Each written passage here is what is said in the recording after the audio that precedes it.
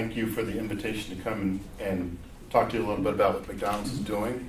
And thank you, Jim and John, for the dialogue to get us here. And look forward to the dialogue after this presentation. I didn't realize I was going to have to do one, so I've thrown one together.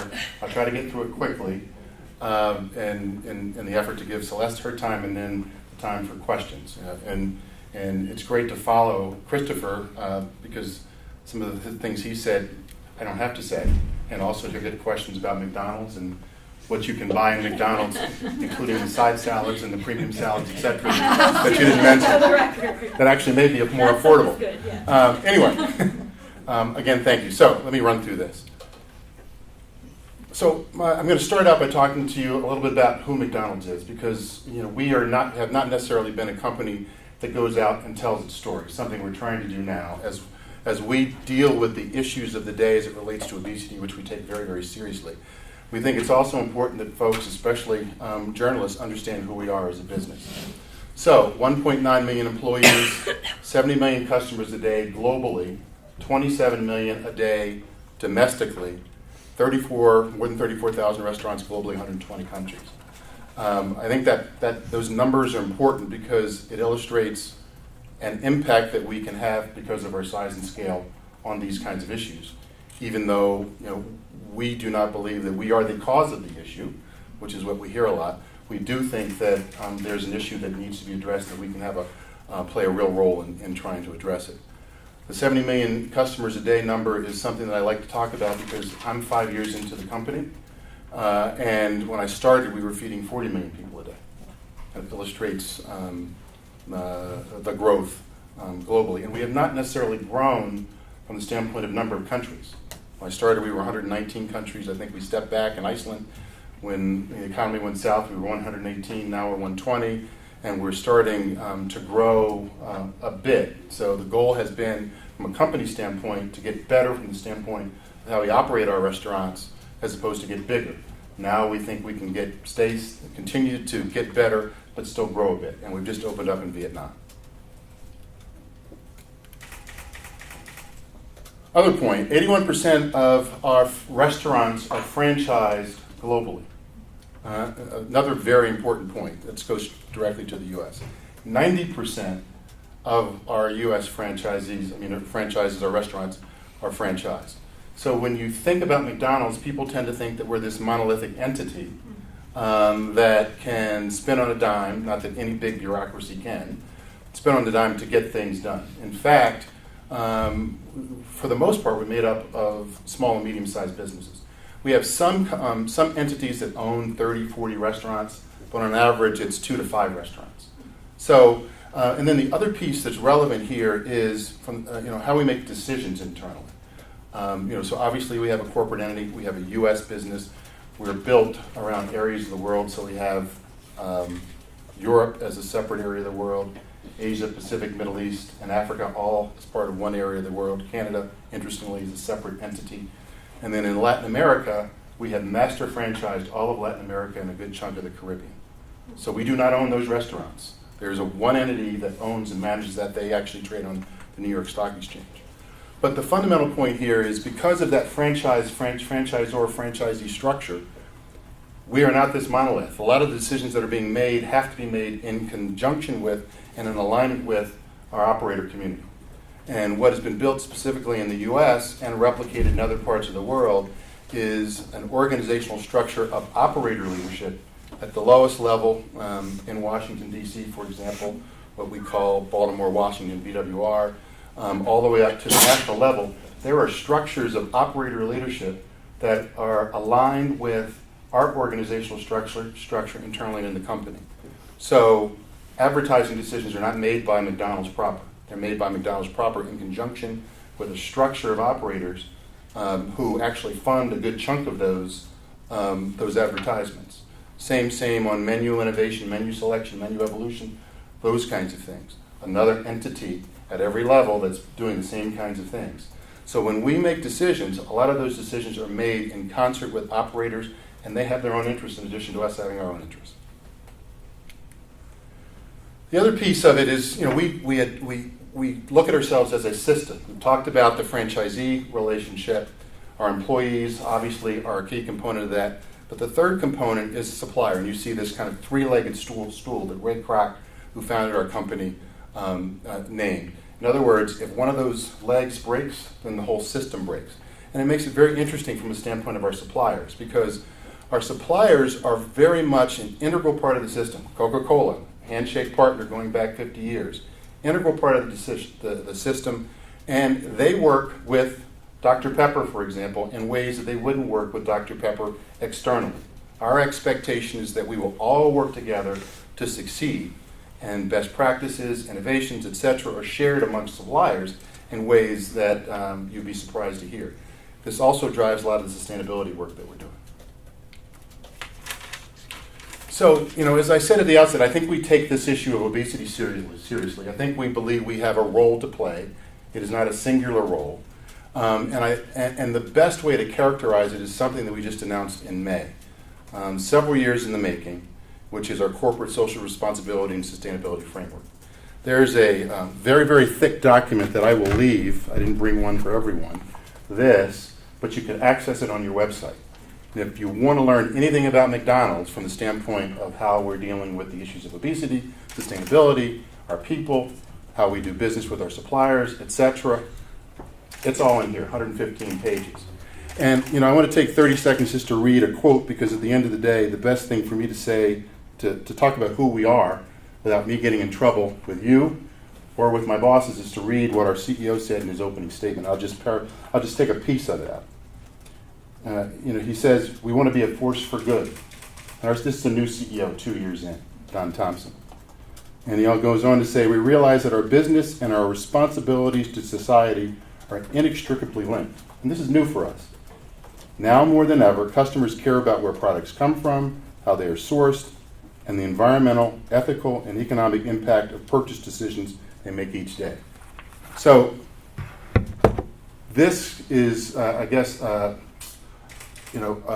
a conclusion of a process that's probably been going on for about 10 years from the standpoint of who we are and want to be as a brand going forward. And this sustainability framework is a driving element of that. The group that managed this did a set of focus groups with customers and stakeholders to try to figure out what were the most important elements of things that should focus on. 56% said we should focus on food, on nutrition, and our supply chain practices. A new evolution in all of this space is sustainable sourcing, which is something that we're focusing on a lot. These are the various pillars of what we're focusing on. And if you look at the blue one over there, it illustrates kind of where we're trying to get to from the standpoint of nutrition. Doubling the size of fruits, vegetables, and dairies that we serve by 2020, and then trying to develop some standards and guidelines about how to reduce a number of the quote-unquote problematic things that go into food, fats, sugars, etc., by 2020. Now, the key to take away here is this is a broad-scale global set of goals. Since that time, we've been doing a number of other things, and I should have flipped slides. Because what I'm going to show later on in the slide presentation is some of the things that we've been doing specifically in the U.S. over the last 3 to 5 years, and then what we've now done and committed globally that go beyond those set of goals that were laid out in the sustainability framework. This is a tough slide to see, but I think very important, again, in understanding McDonald's and how we operate. It takes 2 years for us to develop a product for market, food for market. And the vast majority of those efforts never see the light of day from the standpoint of the public, other than tests.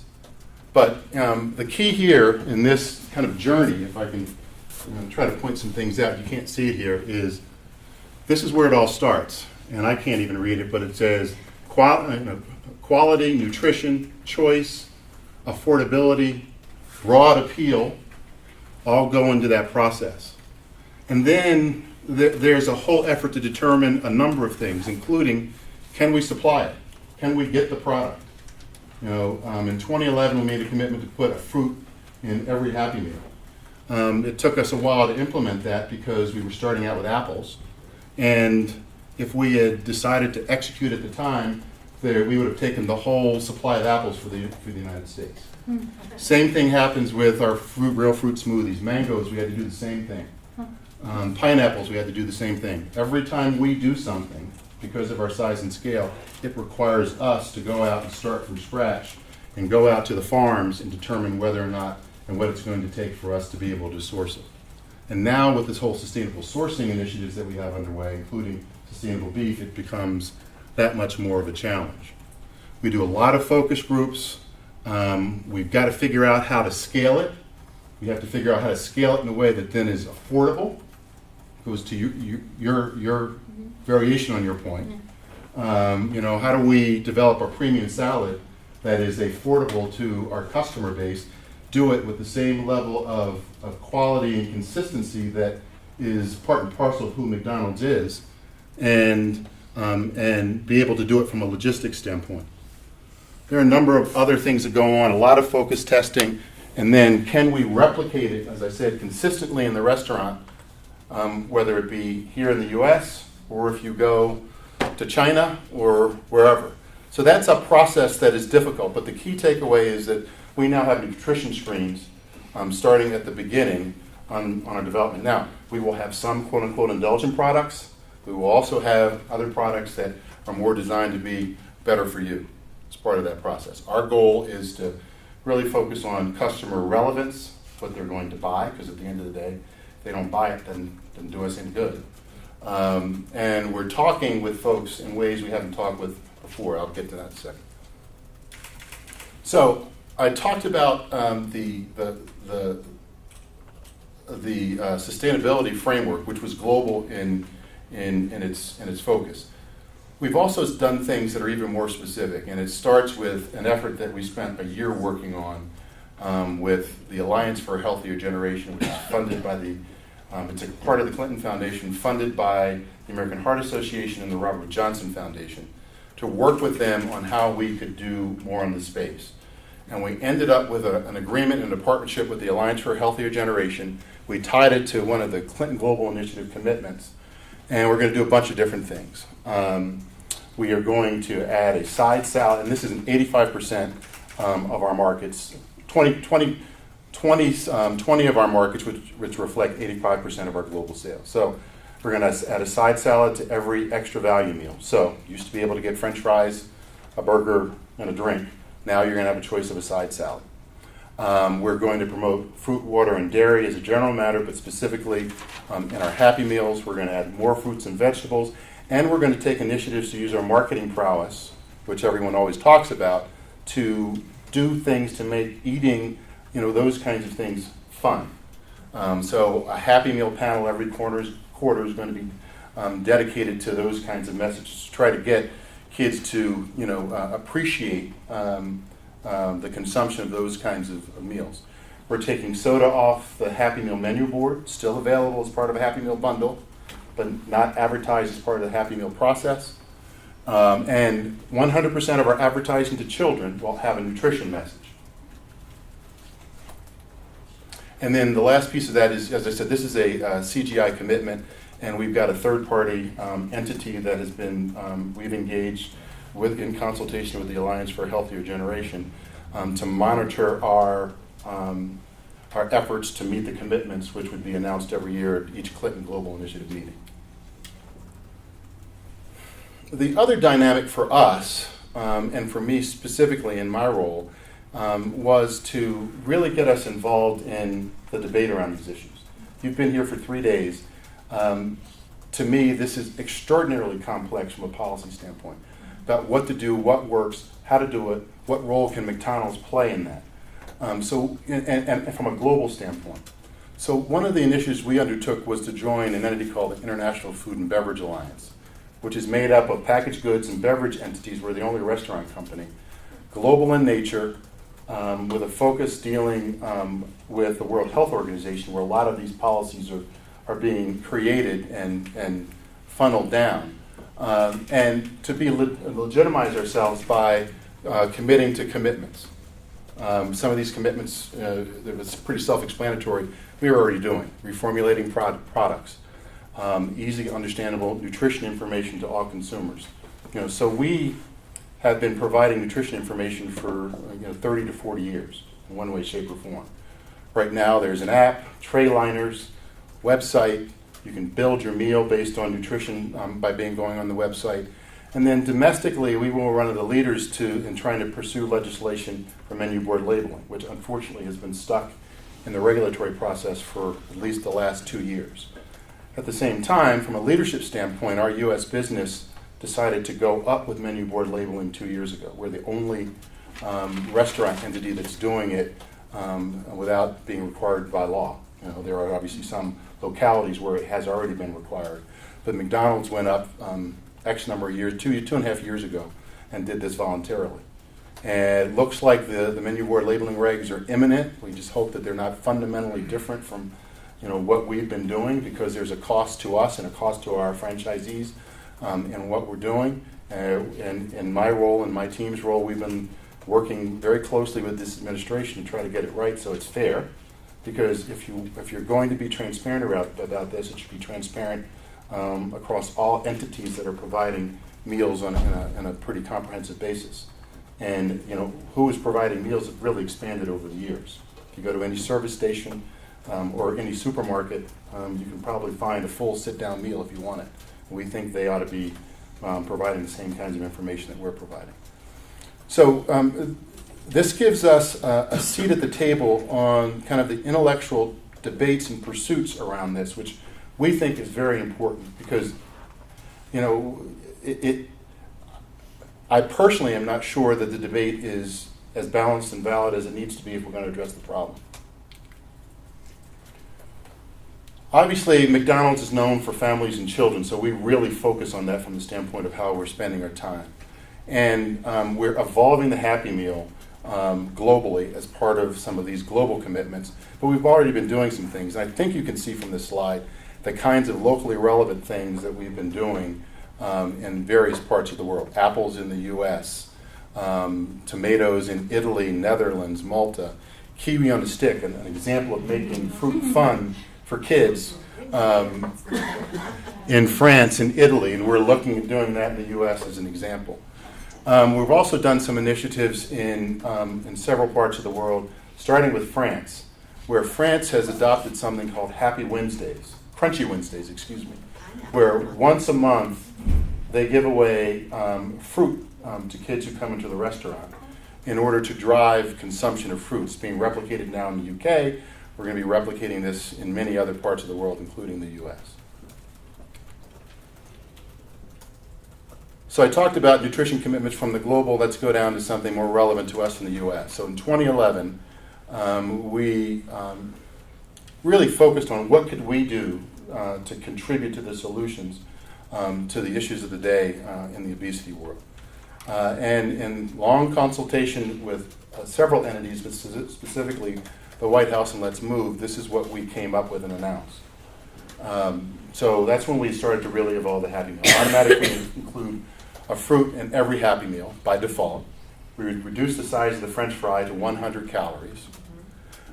We worked with the CFBAI on Happy Meal standards. This is the Better Business Bureau effort to really prescribe the kinds of things that we and others like us would advertise to children. So if you have children and you see some of these ads, you see apples, you see water, you see milk, etc. That's kind of the focus there. Then we made some broader commitments to focus on some of the issues of the day. So sodium, we committed to reduce by 15% by 2015. We're still working on that. We'll be making an announcement sometime down the road, and I can tell you it's hard. And then over time, consistent with the commitment we made in our sustainability framework to reduce added sugars, sat fats, even though, to Christopher's point, sat fats, the science keeps shifting on all of these things. So we have to take a good look at that, calories by 2020. And then we are already in the U.S., have been doing so since 2011, and all of our advertising to children always have a nutrition message as part of that process. So one of the things that my team and I have spent a lot of time doing is reaching out to stakeholders. specifically to NGOs, because we want to learn from this process, but we also want to level set around, this process. So we spent a lot of time bringing folks to McDonald's, having them spend a day with McDonald's to understand the business and the realities. We've had folks from the White House, we've had folks from Bloomberg, we've had a bunch of other folks, and we're in a broadening dialogue with key NGOs, some of the biggest NGOs in this space domestically and globally. The White House piece was the 2011 piece that we talked about. The other piece there is the Global Advisory Council that you see there at the bottom. That is made up of a group of well-known academics globally that have, for a number of years, advised us on what we should be doing in this space. Jim Hill is a member of that. Brian Wansik is a member of that. And while we've always listened to their advice and counsel, I think that Jim would acknowledge that over the last several years, we've actually listened more than we have in the past. And I think it's in order to the company's benefit. Hey, Steve, I'm going to stop you for a second and just say you're doing a fantastic job. But I need to hurry up. I do want to make sure that Celeste has time to present and that we have time for questions from the groups. I think this is the second to the last slide. Awesome, thank you. Global Advisory Council, list of names. There you go.